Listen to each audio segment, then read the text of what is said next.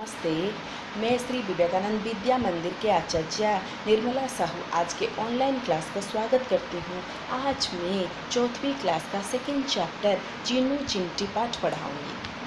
तो बच्चों, आज हम सेकंड चैप्टर पढ़ेंगे। इस पाठ का नाम है बच्चों चीनू चिंटी। तो क्या हुआ ना, आदमी जैसे मिलजुल कर रहते हैं वैसे ही पशु पक्षी ही मिलजुल कर रहना सीखते हैं। क्या हुआ ना, पशु पक्षी भी मिलजुल कर रहते हैं और आवश्यकता पड़ने समय, विपद के समय दोनों दूसरे की सहायता भी करते हैं। यह कहानी वही चिंटियों की है। या चिंटियों ने भी कैसे परस्पर में मिलजुल कर रहते हैं और विपद के समय दूसरों को भी सहायता करते हैं। चलो आज हम इस कहानी में पढ़ेंगे। क्या हुआ ना, चीनू चिंटी बहुत समझदार थी। बहुत चिंटियों ने सब मिलकर उसको रानी बनाया था। किसको? चीनू चिंटी को। और चीनू चिंटी के बाद सब चिंटियों ने मानकर काम करते थे। एक दिन क्या हुआ ना, बारिश के दिन था।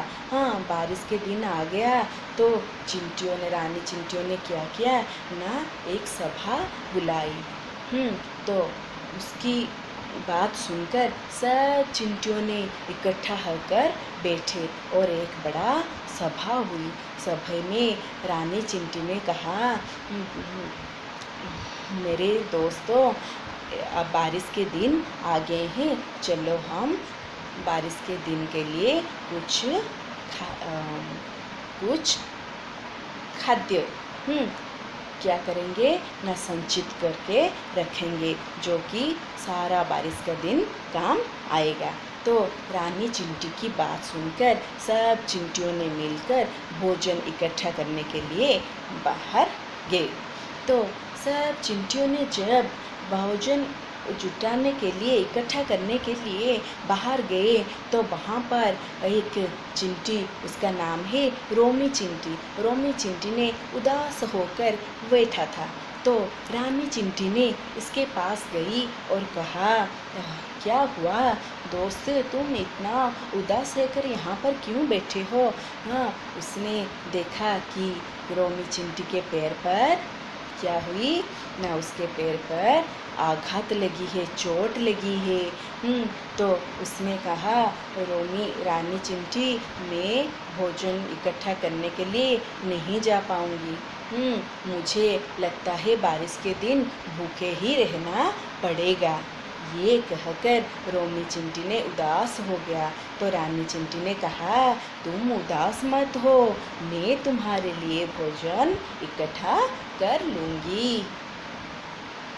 ये बात सुनकर रोमी चिंटी बहुत खुश हुई और क्या हुआ ना, उसने, रानी चिंटी ने रोमी चिंटी के लिए भोजन लाने के लिए गए। तो चीनू ने रमी को दिलासा देते हुए कहा, दिलासा का मतलब है सांत्वना। सांत्वना दे कहला, तुम परेशान मत हो रोमी चिंटी, मैं तुम्हारे लिए भोजन जुटा लूँगी। इतना कहकर रानी चिंटी ने वहाँ से चल गई और वह भोजन लाने गया। जाते समय भोजन की तलाश में जब भटक रहा था, उस समय उसने देखा कि एक बड़ा मिश्री का एक पीस वहाँ पर पड़ा है। रोमी ने, रानी चिंटी ने कहा, ये मिश्री मैं क्या करूँगी ना, रोमी के लिए लूँगी।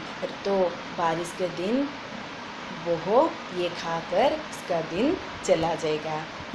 उसने क्या कहा, रानी चिंटी ने क्या सोचा ना, भोजन की तलाश में भटकने के समय एक मिस्री के बड़े से डोले का जमीन पर पड़ा था।